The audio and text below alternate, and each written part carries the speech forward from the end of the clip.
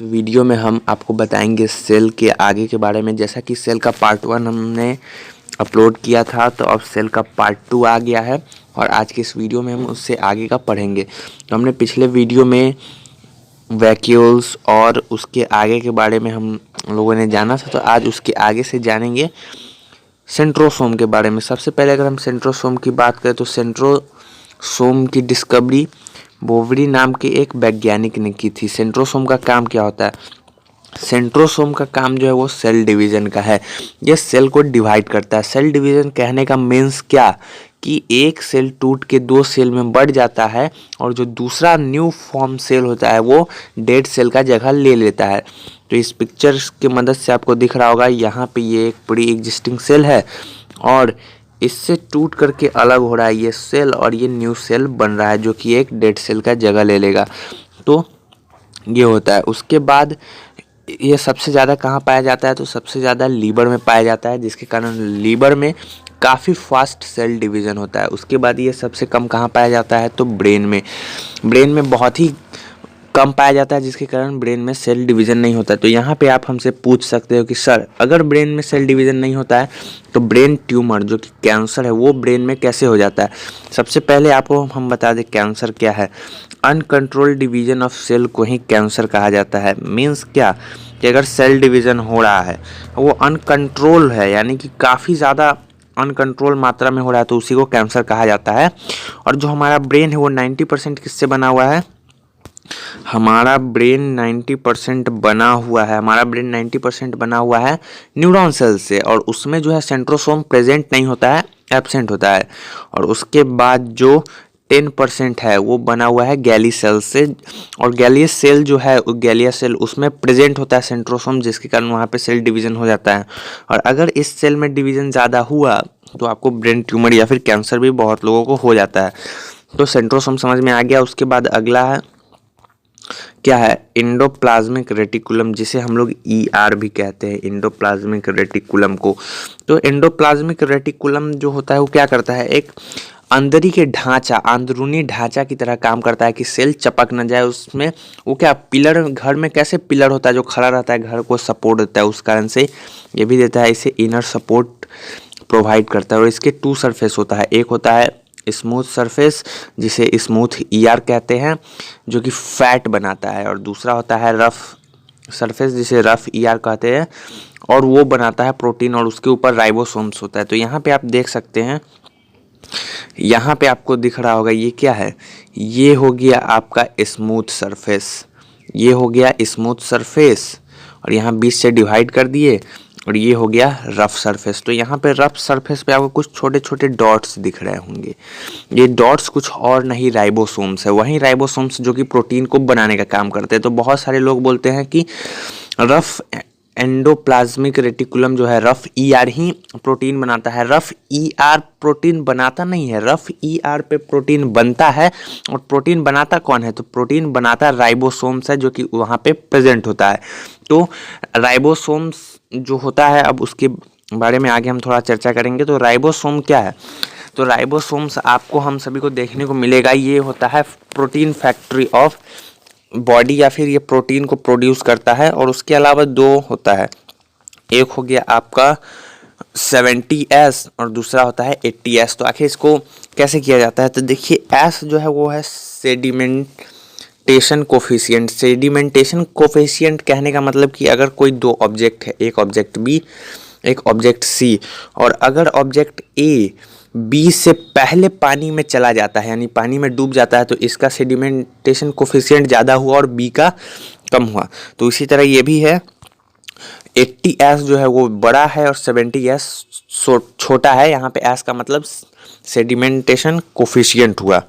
और उसके बाद आगे क्या है? आगे है न्यूक्लियस। न्यूक्लियस जो कि पूरा कह सकते हैं एक तरह से ब्रेन होता है सेल का। यही पूरे सेल के एक्टिविटी को कंट्रोल करता है, पूरे फंक्शन को, कि कहाँ क्या हो रहा है, कहाँ क्या होगा। तो इसका खोज किन्होंने किया था? तो इसका खोज रॉबर्ट ब्राउन ने किया था। रॉबर्ट ब्राउन याद रखिएगा, एक थे साइंटिस्ट जिन्होंने इनका खोज किया था। और ये जो होता है, ये इसको कहा जाता है ब्रेन ऑफ सेल। सेल का यही ब्रेन है, यही पूरे फंक्शन को देखता है कि कहाँ पे क्या हो रहा है। इसी में आपका क्रोमोसोम, डीएनए, जीन, आरएनए सब प्रेजेंट होता है। उसके अलावा अगर हम न्यूक्लियस की बात करें तो न्यूक्लियस जो है 80% क्या चीज़ से बना हुआ है, वो प्रोटीन से, 10% डीएनए और 10% अदर कंपोनेंट को मिला करके न्यूक्लियस बनता है। तो न्यूक्लियस जो कि पूरे सबको कमांड देता है कि आप काम कीजिए, और पूरे सेल को ये कंट्रोल करता है। जिस तरह से हमारे बॉडी को कौन कंट्रोल करता है, तो ब्रेन, उसी तरीके से ये पूरे सेल को कंट्रोल करता है। तो यहाँ तक आपको समझ में आ रहा होगा। उसके बाद अगला टॉपिक है लाइबोसोम्स। देखिए लाइसोसोम्स जो होता है वो काफ़ी इम्पोर्टेंट है। ये जो है ये इसका खोज सबसे पहले डी डुबे ने किया था, और उसके बाद ये एक एंजाइम निकालता है जिसको हाइड्रोलिटिक एंजाइम कहते हैं। और जो ये है ना सेल डिस्पोजर होता है, ये जो हाइड्रोलिटिक एंजाइम है, वो अगर थोड़ा सा भी किसी सेल के पार्ट पे पड़ गया तो क्या होगा, वो पूरा डिस्पोजल हो जाएगा, पूरा ख़त्म हो जाएगा वहाँ पे। तो ये डिस्पोजल का काम करता है, डिस्पोजल सिस्टम सेल का काम करता है। इसे सेल का सुसाइड बैग या एटॉमिक बॉम्ब भी कहा जाता है। और ये ज़रूरी भी है। जैसे देख लीजिए, अगर हमारे सेल में वैक्यूल्स है, माइक्रोकॉन्ड्रिया है और कई सारे अदर चीज़ हैं, तो अगर वो सब अपना काम नहीं करेगा, मान लीजिए राइबोसोम कहता है कि हम प्रोटीन नहीं बनाएंगे, उसके बाद क्या करेगा, ये जो लाइसोसोम है ये उस पर उसको पकड़ेगा थोड़ा सा, हाइड्रोलिटिक एंजाइम उस पर छोड़ देगा, जिसके कारण क्या होगा, वहीं पे जल के भस्म हो जाएगा, वहीं पे ख़त्म हो जाएगा। तो इतना खतरनाक होता है लाइबोसोम्स। और लाइबोसोम्स जो है, अब कभी कभी क्या होता है, सेल का सारा पार्ट कहने लगता है, उधर से न्यूक्लियस, लाइबोसोम्स सब कहने लगता है कि अब हम काम नहीं करेंगे। तो उस सिचुएशन में क्या होता है, ये अपने आप को ही ब्लास्ट कर देता है। इस कारण से इसे सुसाइड बैग और एटम बॉम्ब भी कहा जाता है सेल का। और जब ये खुद को ब्लास्ट करता है तो वो पूरा सेल नष्ट हो जाता है। पूरा सेल नहीं, यानी जिसके अंदर का लाइसोसोम फटता है बस वहीं सेल नष्ट होता है, बाकी हमारे बॉडी के सारे सेल्स रहते ही हैं।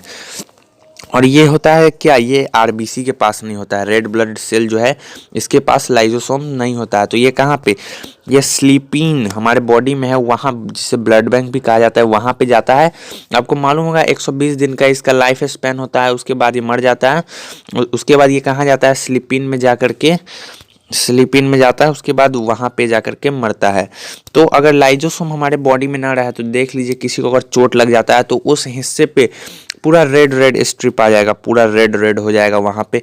तो वहाँ पे हुआ क्या, देखिए ये सेल डिस्पोजल जो है ना, लाइसोसोम ही वहाँ पे मर गया। तो अब क्या हुआ, वो पूरा रेड होने लगा, यानी वहाँ पे सेल अब सड़ने लगा। किसी को अगर डंडा से मार दिया जाए या फिर पुलिस किसी को मार देती है तो वहाँ पे आप देखिएगा बॉडी पे रेड धब्बे पड़ने लगते हैं। तो क्या होता है, उसका लाइसोसोम मर जाता है, सेल मर जाता है, जिसके कारण क्या होता है, वो सेल डिस्पोज नहीं हो पाता है। तो होता क्या है, उसके अगल बगल के जो सेल है ना, उसका लाइसोसोम का कार्य देखो उधर क्या हो गया है, और वो जा करके उस पर अपना सब हल्का हल्का हाइड्रोलिटिक एंजाइम देते हैं, जिसके कारण वो डिस्पोज होता है। इसी कारण से उस पर गर्म पानी लगाया जाता है, जो रेड धब्बा हो जाता है।